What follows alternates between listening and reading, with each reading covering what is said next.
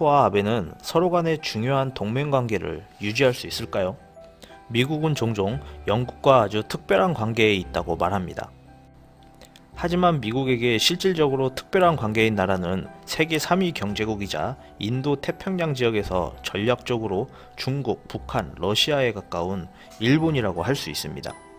잠깐만요. 좋아요, 구독하기 부탁드려요. 아베의 이번 미국 방문은 두 가지 이유가 있습니다. 그중 첫 번째는 북한과 관련된 것인데요. 북한이 미국을 위협하는 만큼 떨고 있는 나라는 일본입니다.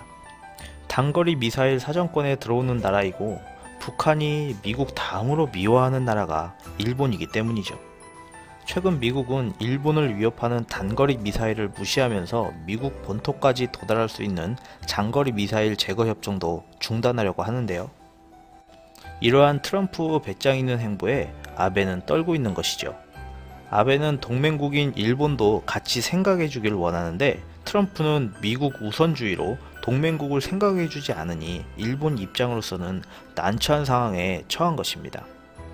아베는 지난 2월 하노이에서 열린 트럼프 김정일 정상회담의 실패 원인으로 미국의 북한에 대한 접근 방법이 잘못된 것이라며 유감을 표시하였다 하는데요. 아베는 이를 해결하기 위해 노력하고 이 협상을 계속 추진하기를 원하는 모습입니다. 이에 트럼프는 문재인 대통령에게 북한 지도자에게 전달해달라는 메시지를 전했다고 보도가 나오고 있는데요. 이 메시지의 내용은 트럼프와 아베의 대화 주제가 될 것이 거의 확실하며 두 정상이 북한에 어떻게 접근해야 하는지에 대한 공동의 이해를 전달하는 것으로 보입니다.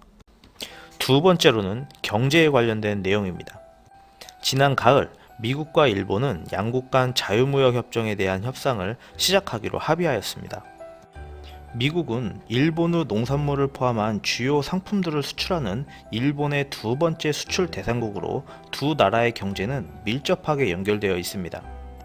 미국은 여전히 일본과의 무역에서 무역 적자를 이어가고 있는데요.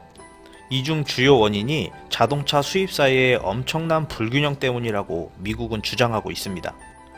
이 때문에 트럼프는 무역 적자를 빌미로 철강, 알루미늄의 관세를 적용한 것처럼 자동차 수입에 최대 25%의 관세를 적용하려고 하고 있고, 또한 자동차뿐만 아니라 환율, 금융, 서비스 무역, 지적재산, 의약품, 정보통신 등 22개 항목에 대한 협상을 할 것이라고 통보해둔 상황입니다.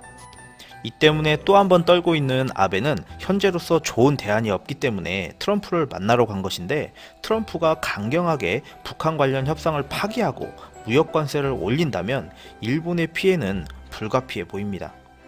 미중 무역전쟁에 이어 미일 무역전쟁까지 발생할 가능성이 존재하는 것인데, 앞으로 미일 무역협정이 어떻게 진행될지에 관심을 가져야 할 것입니다. 끝까지 시청해주셔서 감사합니다. 구독, 좋아요 부탁드립니다.